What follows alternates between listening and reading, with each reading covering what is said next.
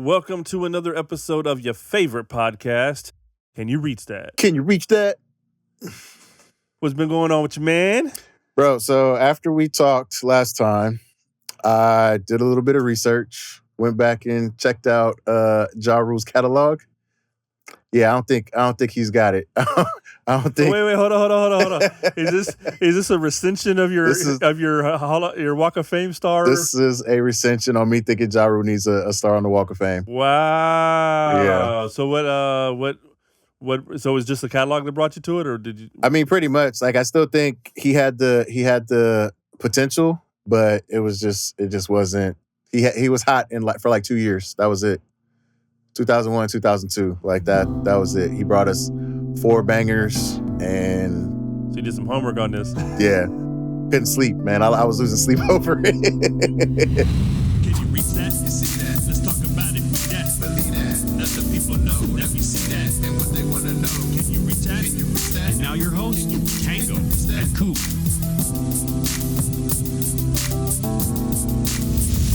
you reach that?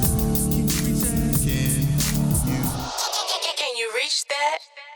No, I'm playing. But nah, seriously, after we talked, I went back and I was like, let me just see what this dude did. You was trying to come here with some let me show you why he gets it. Then you realize I was like, oh, he really didn't. He had 4 number ones, and that was it. So you realize he didn't belong up there with the other hip hop acts it on doesn't. the Walk of Fame. His resume doesn't quite stack up.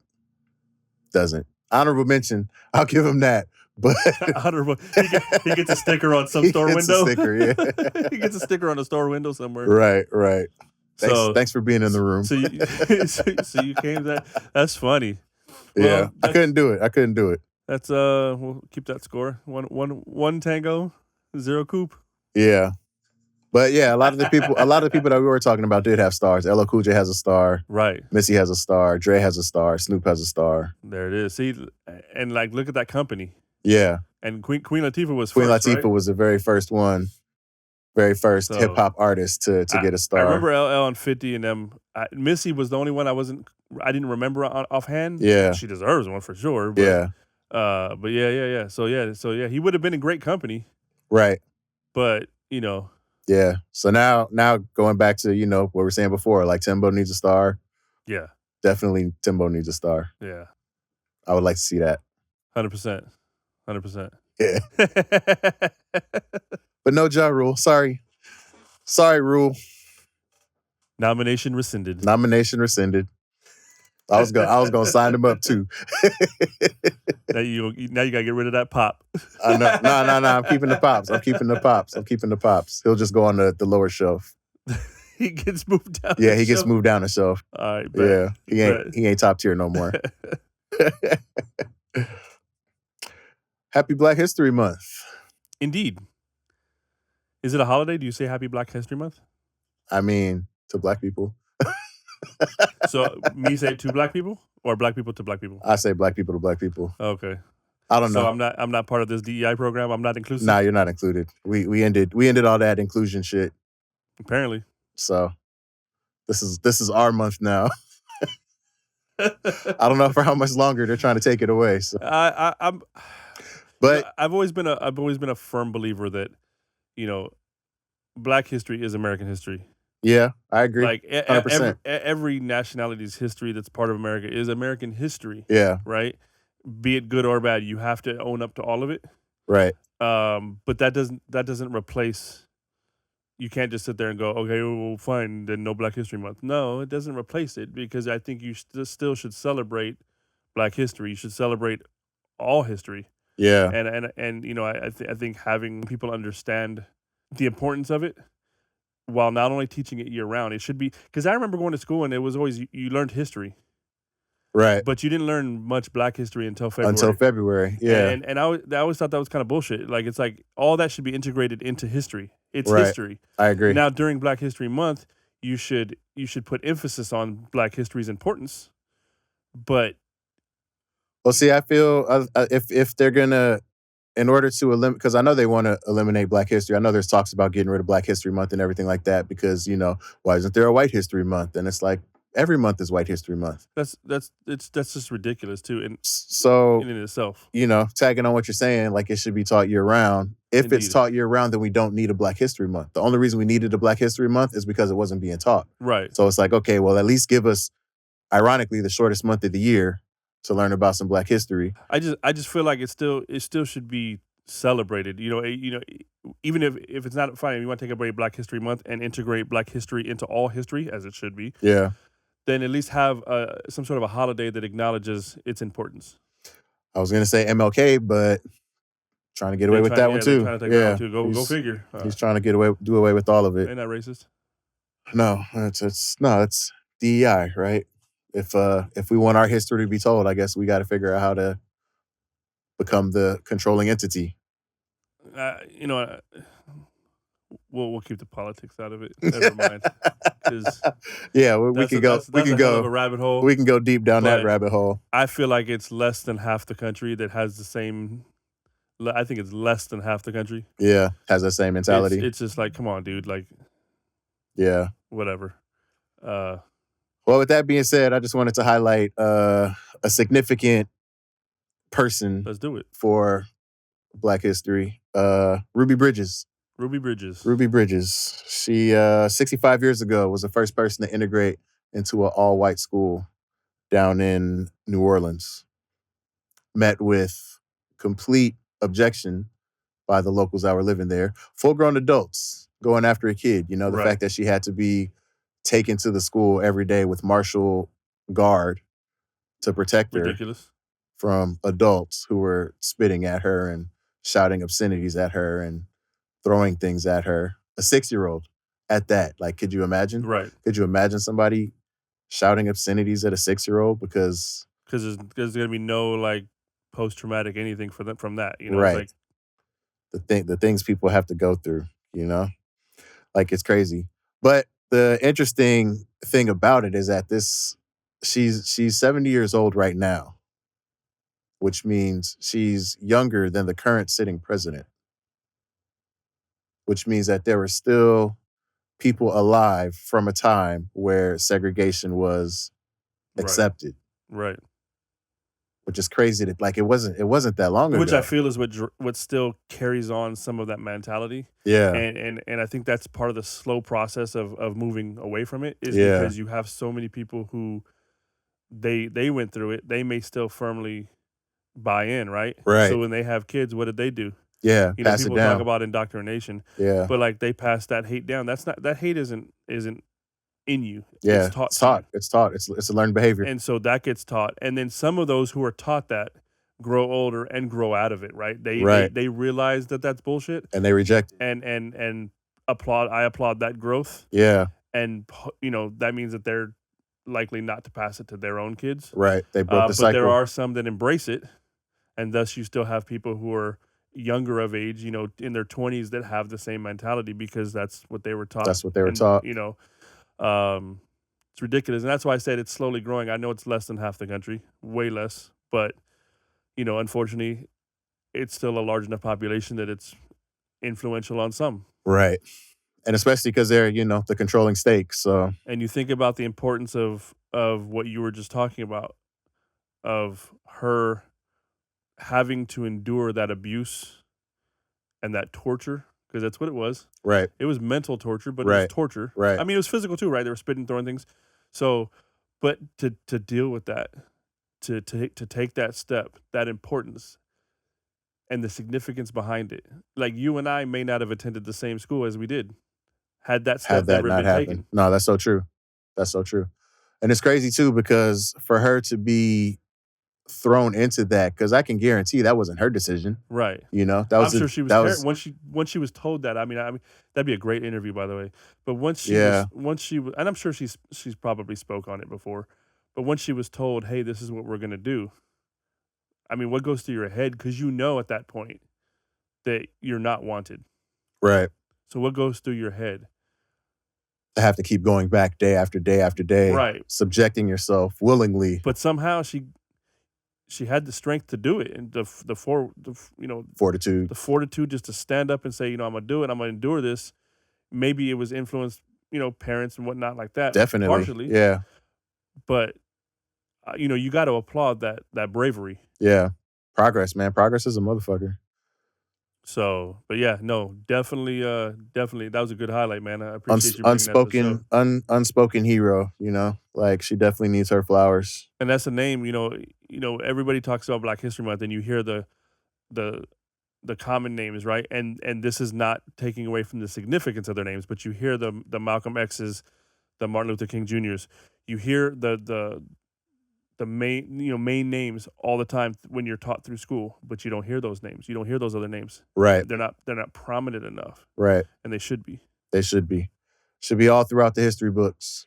But to me, that makes it seem like a minority, or specifically a Black person, is going to have to write a history book. In order for it to be inclusive, it has to be written by either an inclusive bunch of people. Right. Because it can't, for the most part, and this is a huge assumption, but for the most part, I feel like a lot of the books are written by a primarily white dominant For sure. bunch of individuals. Think about the books that we had when we were in school. Like, they weren't brand. It wasn't like they were made the year before. We're Yeah. probably looking at 10-year-old books, right? Right. But the thing about it, and this goes back to the curriculum.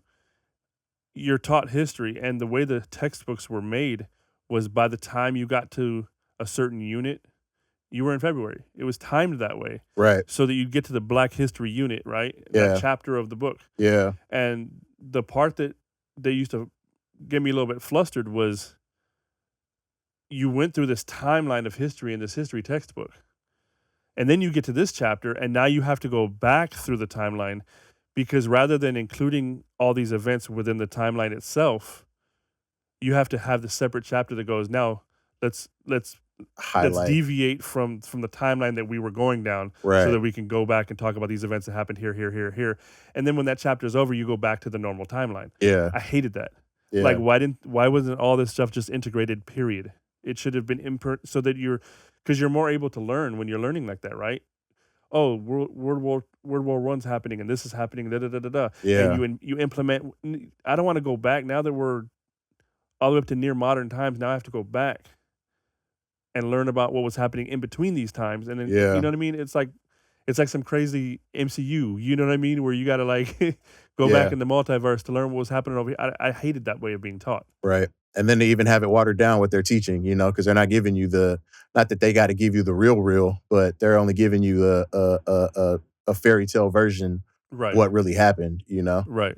Like when they talk about, There's no harsh truth. right. Like if they're talking about the Ruby Bridges, they're not talking about, the torture. hate Yeah. that they had to endure Yeah. during that time. When they talk about the bridge crossing in Selma, Right. like a lot of people don't realize that those were kids. Like Right. those weren't full grown adults. Right. The March on Selma, like those were kids who were trying to go vote for the first time, and they didn't even make it over the bridge. Right. Dogs, water hoses, policemen, like children. And It's sad. And see, even like you talk about Ruby Bridges. So I don't remember each time that part was taught throughout school, right? But I do remember when it was taught, it was always taught like,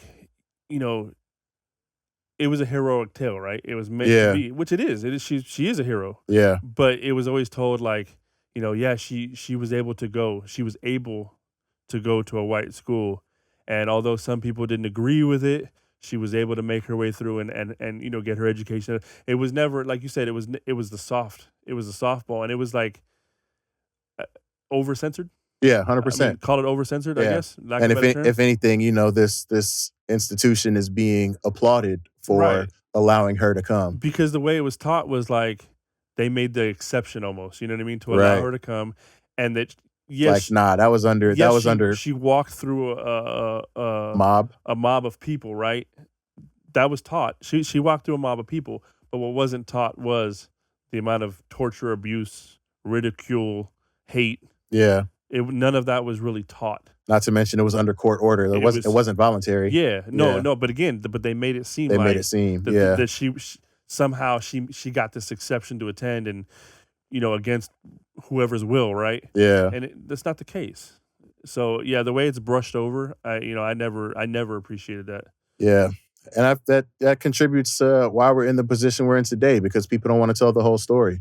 Like you don't have to get into the darkness of it, but at least the reality of it. Yeah. Like people were I treated mean, unfairly. I don't want to contradict too much, but get into the darkness. I think you should. You have to get into the dark. It's important to know all the wrong in order to not have that wrong occur again. Yeah. You have to know the wrong in order to correct In order to correct it, right? You got to acknowledge it. To create right. You know what I mean? Yeah. And so, like, as ugly and dark and hate-filled as a lot of that is, you have to learn it. You have to know it. You have to understand it. If you're going to brush over it like it was not a big deal, oh, yeah, she was able to go. I mean, people didn't like it, but she was able to go. That's bullshit. Right. That's bullshit. Tell her that. I feel that. Yeah. Tell I her feel that. You know, and I'm sure many people have told her that probably her whole life, right? Yeah. But she knows that truth. She knows that what she endured. And, I applaud it. I don't wish it on anybody. But not at all. But again, sometimes growth is pain. And but it sucks that pain had to occur and just based on skin color. Yeah. It's bullshit. The trials and tribulations of the game changers, So to be the first to do anything, like you're going to be met with opposition. So shout out to Ruby Bridges. Definitely. A hero amongst American history. Very much. Very much. That was a good one, man. That was a good one to bring. Yeah. We should do this each week through February. Nah, why just... Or for March or April or May. Yeah, every now and then, once a month. But like I said, I'm a fan of Black History Month. I get that it should be all history, but I'm a fan of celebrating. We've known each other for a while. Like, yeah. I still don't understand. We talked about this before. I don't understand how people can be so close-minded to all the cultures in America. The cultures in America and the mix of everything is what makes America great.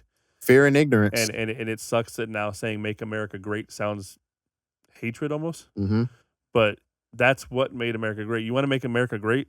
Yeah. Embrace all of the cultures. Ironically, it's the diversity. I mean, the fact if you're so close-minded that you can't understand the beauty in all these different cultures that we live around, you're missing out on life, dude. You're missing out on life because there's so much around it, especially in a place like Southern California, right? Yeah. There's plenty of places around the country, but knowing that, this is where I grew up, there's so much diversity here that you can learn about. There is. The fact that people are so close-minded that they only want to know one side of everything and forget everything else. I don't know how you could live like that. Like, that doesn't even sound appealing. Like, it's a sheltered life. There's so much beauty in learning different cultures and, in embracing traditions and just learning about the differences between you and everybody else. Right. If everybody's the same, the planet would suck. Period. Yeah. No, I agree. That's we got deep there. A little bit. Got our toes wet a little bit. But it's an angering subject, even for me. It's an angering, it brings up emotion because most of my friends are of all different descents, come from all different backgrounds. So when I see any sort of negativity towards any of them based on strictly their race or anything like that, it gets me heated. Yeah. It gets me real heated. It's not right. And it's crazy, to think that here we are in 2025 and we're still facing those same struggles in a different way, but we're facing the same struggles that Ruby Bridges was facing 65 years ago. Right. Has it really changed that much? I don't know. I feel like there's been lots of progress. I feel like as of late, there's been some steps backwards. Unfortunately. Yeah. I think there'll ever be a perfect time? No. Perfection is unattainable. I mean, it's like I said, I've said this before, like taking the US out of the question for the most part, but like countries around the world, beefing wars. Oh, North Korea this and Russia that. 90% of citizens of these countries don't give a shit. They trying to work. They're trying to make money. They're trying to provide for their families. They're trying to live life, enjoy life, right? Right. Peacefully. Right.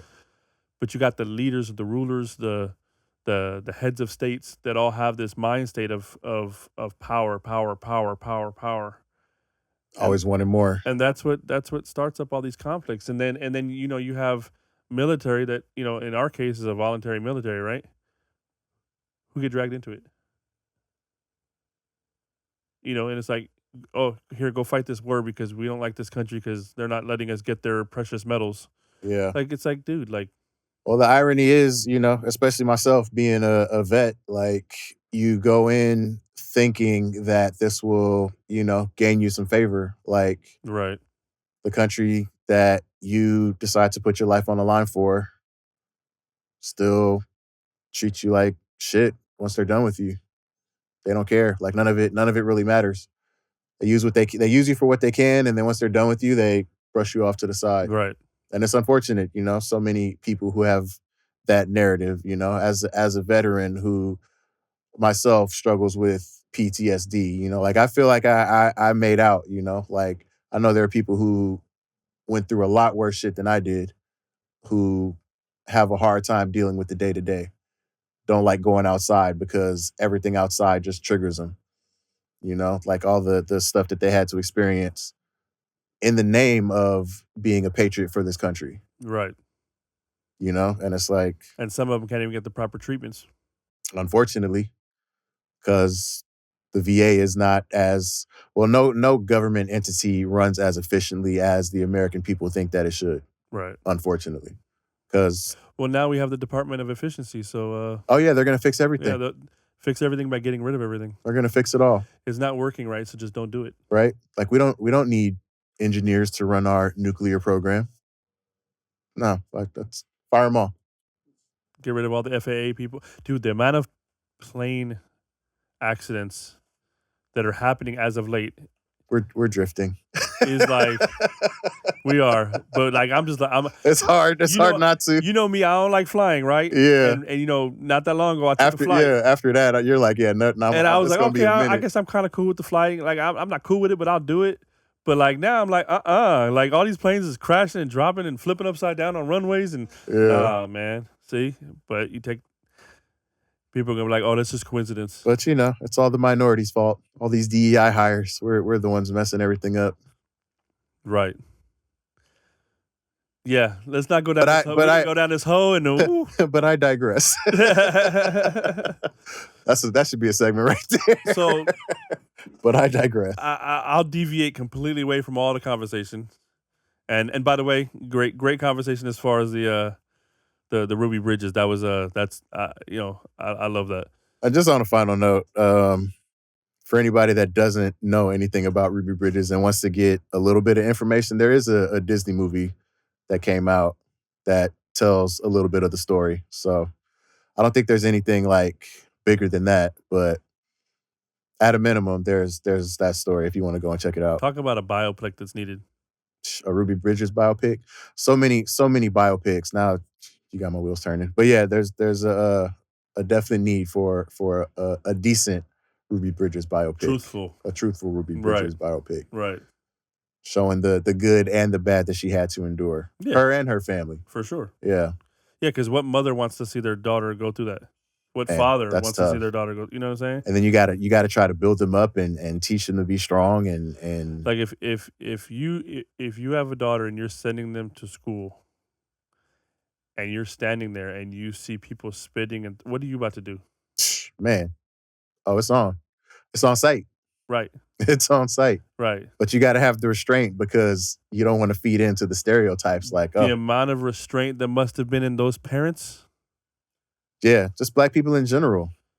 Then and now, Man. Even now, if you have a police encounter, like the second you start trying to fight for your right to stand up for yourself and yeah, they don't want to hear it. That's why I tell you, man, just roll with me, dog. Hey, he's with me. I'll be like, talk to my lawyer. he's with me. He's okay. Hey, every black group needs a token white guy. See, embrace. You're my safety net. We'll be the DEI. Yeah, man. I did. This might be going back down a rabbit hole, but I did find it funny that people's biggest complaint about Kendrick's Super Bowl was that there wasn't enough white people dancing, Man, the irony. and I'm like, even I was like, you mean like inclusion? Right. Like, I'm sorry. You want some Like, diversity right? in the Super Bowl show? Did And- you want to be included? And the other thing is, like, they talk about, like, oh, well, we should have. I heard somebody say, like, we should have Willie Nelson up there doing the halftime show. Or we should. I'm like, okay, cool.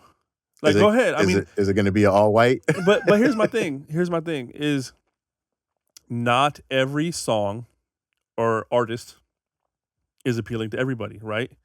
It's just not. There's a cajillion people on this planet that love Beyonce, right? There was still a lot that didn't like her halftime show. Right. Okay, so what?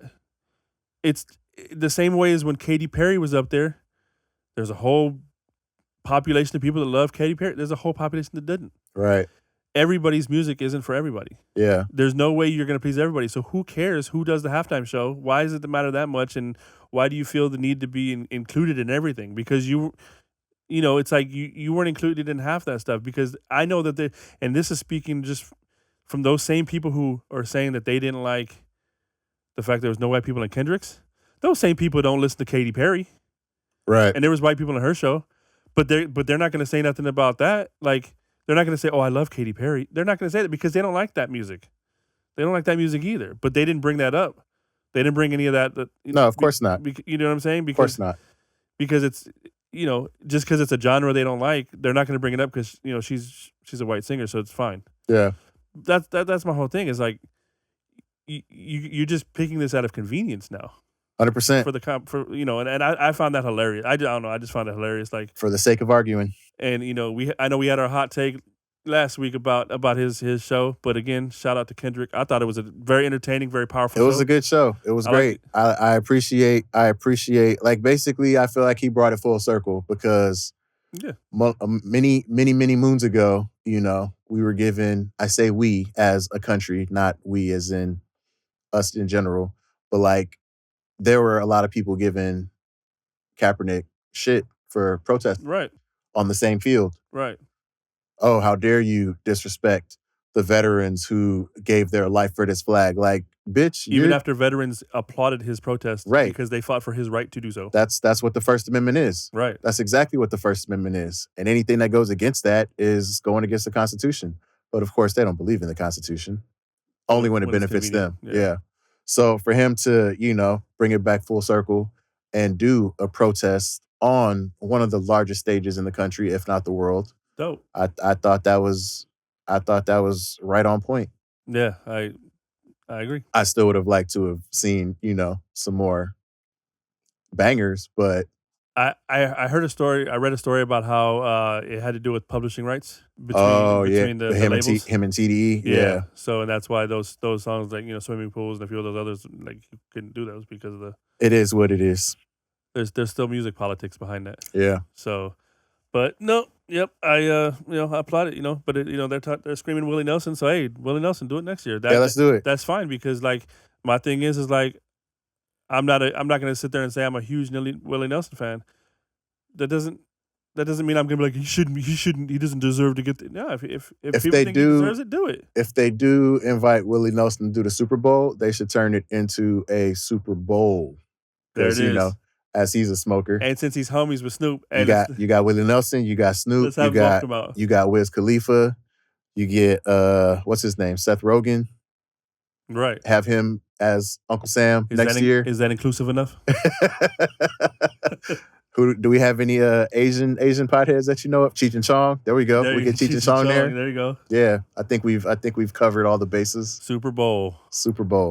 Man, that halftime show, they're not even gonna get it off the field. Halftime show gonna be lit. No, they're not gonna be able to get off the field because everybody's gonna be chilling.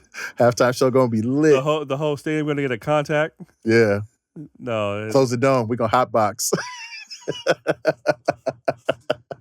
Yeah, that'd be crazy. Oh man, they're gonna come out in the second half and nobody's gonna want to play. They're gonna be like, "Hey, where the nachos?" Hey, get Martha Stewart to make the munchies. There it is. Yeah, bruh. There it is. Martha Stewart. Jay-Z, we got your headline for next year. You think they're gonna? So, all right, another rabbit hole. Do you think they're gonna like pivot? I feel like they're gonna have to pivot because we've had a black artist for. It's gonna be Taylor Swift, dude. You think so? What is this? It's February. All right, let's let's put put it in mark there. this down and let's see put if it I'm in there. right. Let's see put if it in I'm there. right. Yeah, I think there's gonna have to be a pullback because I mean, was it 3 or 4? We had Kendrick. Last year was Usher. It was Usher. The Yeah. year before that was Rihanna. Or yeah, I want to say the year before that was yeah, Rihanna. Yeah. And they had Dre and them. Yeah, so we're due for a non-black act because we've got to be diverse, or maybe we don't anymore. I don't know. If we're gonna have rap, why can't we have Iggy Azalea? Or we can, yeah, that's our diversity right there. You know what? They should get Kid Rock. Okay. Has Kid Rock put out any new music? I don't know, but have Kid Rock do it and be sponsored by Bud Light. I thought he hated Bud Light. Exactly. That's exactly why I use Bud Light to sponsor him. Take this money, dance. No, let me stop. Let me stop. Oh man, no, let's not do Kid Rock. Another famous Bridges, Todd. You remember Different Strokes? You and I both know that we're very familiar with Todd Bridges. Being that we went to the same high school. We're not going to bring up all that subject. People who went to Culver High are fully aware of what went down with Todd Bridges. Ask about him. I'd love to ask him about it. That'd be interesting. But we should reach out. We should if anybody has some contact information for Todd Bridges, slide it in the comments or hit us in the DM. I was an eyewitness to some events that went down. Crazy. I'm sure that there's plenty of Culver heads out there that would bear witness. Maybe that throw some comments in and they want to fill the rest of the viewers in. We won't bring in too much of that conversation on the show, but it was unexpected. It was eventful. It was hilarious. To a certain degree. But yeah. Who all at Culver High knows what went down with Todd Bridges? Put in the comments. Tell the story. Let us know what you know. So, steering a different direction. The other day, I was going into a restaurant to get some food, as I do on many occasions. Mm-hmm. And there was a less fortunate homeless person outside. And he was asking folks for, food, money, whatever. I'm a skeptic sometimes because I've had encounters. One that stands out was in Santa Monica. I was on the promenade. Dude was asking for money, and every once in a while, if I got some spare cash, which I rarely carry cash, I threw a couple bucks in his bin, whatever. Later on, I saw this dude a couple blocks away as we were heading to our car where we were parked, getting into a Mercedes, undressing from his dirty clothes, changing into cleaner clothes. And I was just like, oh, this dude's scamming. That's crazy. So, but the other day I was at the restaurant and this dude, believable enough, looked like, he was asking for food. I kind of appreciate the fact when they'll take food over money, because sometimes I feel like that either they're scamming for the money or they're using the money for nefarious purposes. For other thing, yeah. Drugs, alcohol, etc., something that's not beneficial to them themselves. Right. So this dude was asking food. He's asking food or money, whatever anybody could spare. And I patted my pockets and I realized how much I really don't carry cash. I'm a card person. I've been like that for a while. Convenience, I guess. Yeah. Especially even with the phone now. And security. Tap. Because if you lose your card, you can always shut it off. For sure. You can dispute any transactions that are fraudulent. Like if you lose cash, that's it. Cash is gone. So yeah, it just got me thinking about how, back in the day, you had your wallet and you had your fold. Now it's just like you could literally just carry a card and you're fine. And even with me at this point, being that you can put your driver's license on your phone, California allows that. You can put your card on your phone. I don't need to even carry a wallet. Right. I can carry my phone. And it's been turning that way for a while, where your phone is more valuable than your wallet. Pretty much. Yeah. Not just monetary value, but just in general, just You lose your phone, you've lost. You could be potentially your card, your ID, your Everything. and All your contact information. all your contact information and your memories because you have photos and Yeah. videos. Not to mention, it's not like at best people probably have memorized at best a handful of numbers now of like the closest people that they need to get in touch with. It's crazy because I used to memorize all the homies' numbers, girls. You had to. You Like know, I remember numbers in my head that I have no business remembering, like 9767070. 976. You remember that one? the commercials. Yeah. But no, I mean, here's the crazy part is that I still to this day, don't ask me why. I don't know why this doesn't get deleted and replaced with valuable information in my brain.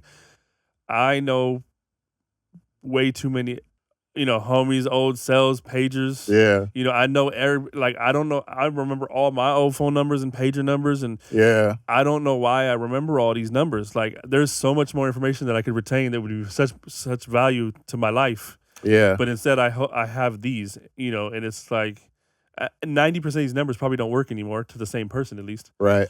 But for some reason, it's retained. You needed because that. you dialed it so many times. Yeah, you needed that. And now you just touch a picture. That's burned in. That's a core memory right there. It you is. know?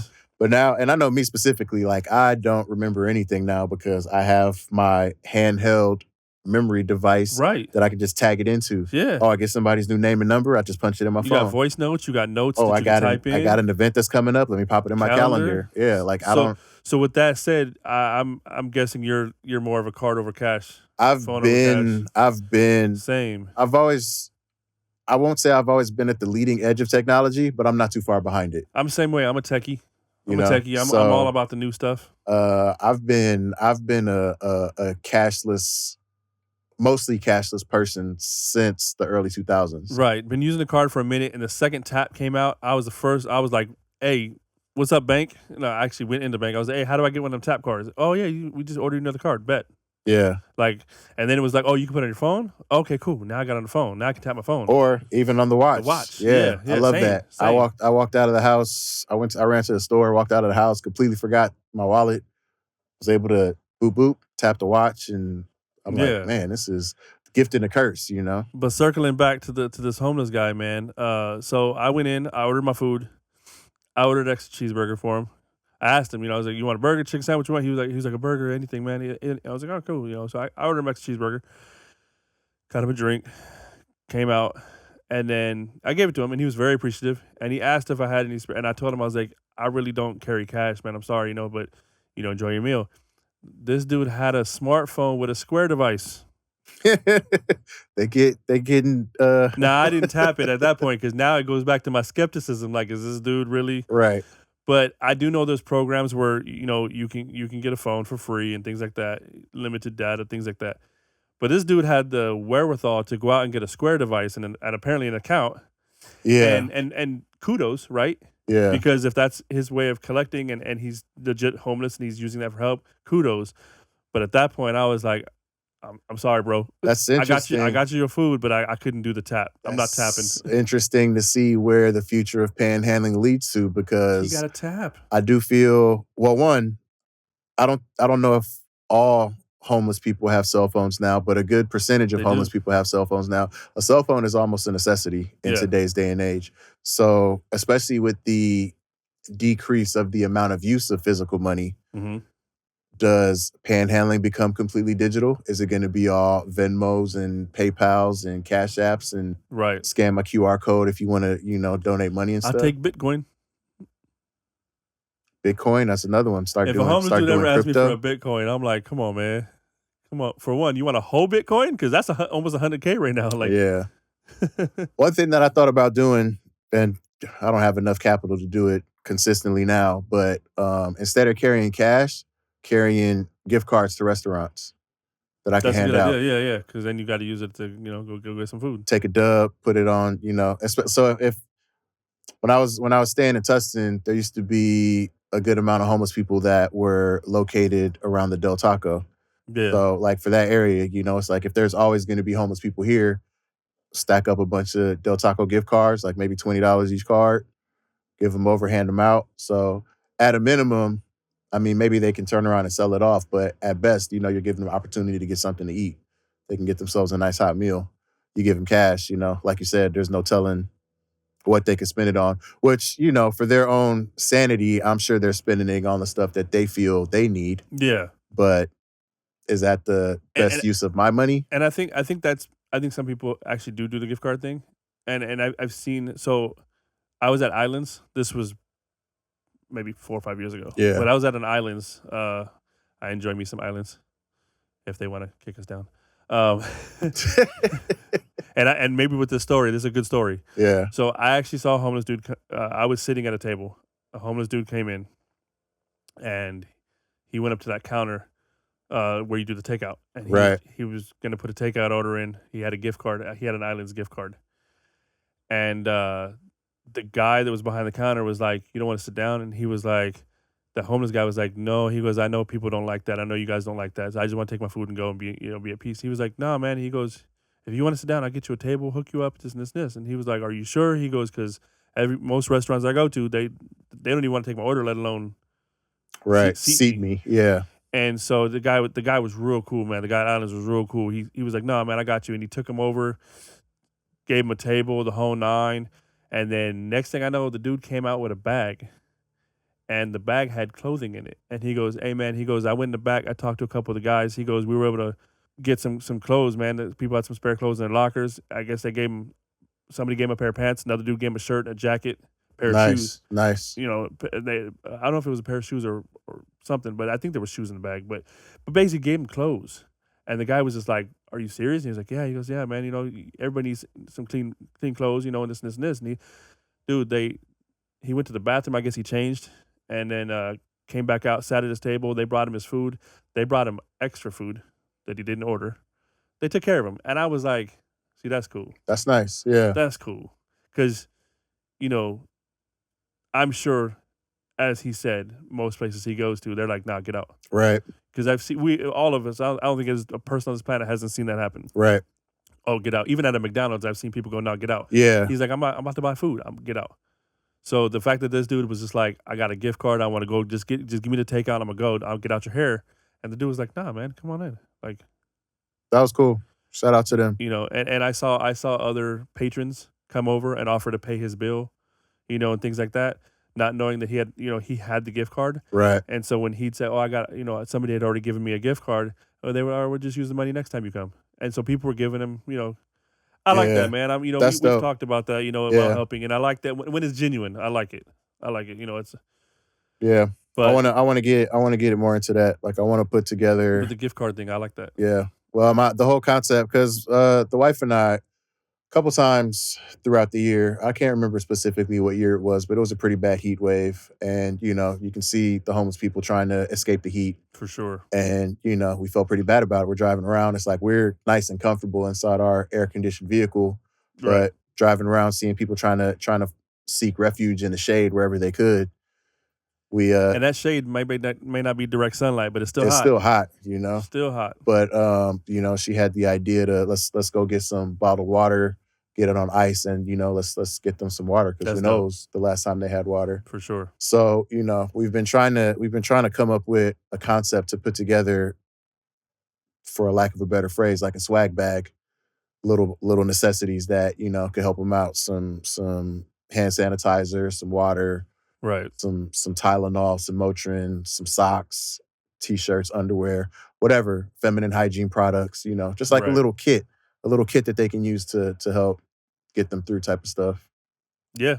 Throw a food gift card in there, Yeah. Yeah, as our monetizing increases and we can start, getting the funds together, that's definitely a goal. For sure. Yeah, I want to start doing that. We've talked about that before. I'm all about giving back in many ways, and that's one way that I'm definitely on board with. Got to. Definitely on board with. Got to get our stuff together first. Yeah, so we've talked a lot about a lot. We have. I think it's time to say goodbye to all our listeners. The B.I.G., the B.O.I., the Mickey Ficky guy. You remember that? Yeah. Big boy. Big boy in the neighborhood. Shout out to Big Boy. Man, the original. Another Culver City head. The original Dundada. Another Culver City. It's either that or you can change your shoes like Mr. Coop's neighborhood. Oh, yeah. It's a beautiful Won't you be my day. neighbor? Neighborhood. That's not the right catchphrase. What I think you meant to say was, can you reach that? Oh, yeah. That too. Can you reach that, Can you neighbor? reach that? Neighbor? Can you reach that? Can you reach that? Brought to you by Double One Entertainment in Coopersville. Hosted by Tango and Coop. And created and edited by Tim Greenlee and Brandon Adolphus. Music, sound design, and editing by Michael B. That's me. Visual art and graphic design by Jonathan Greenlee. Additional visual design by Timothy Greenlee.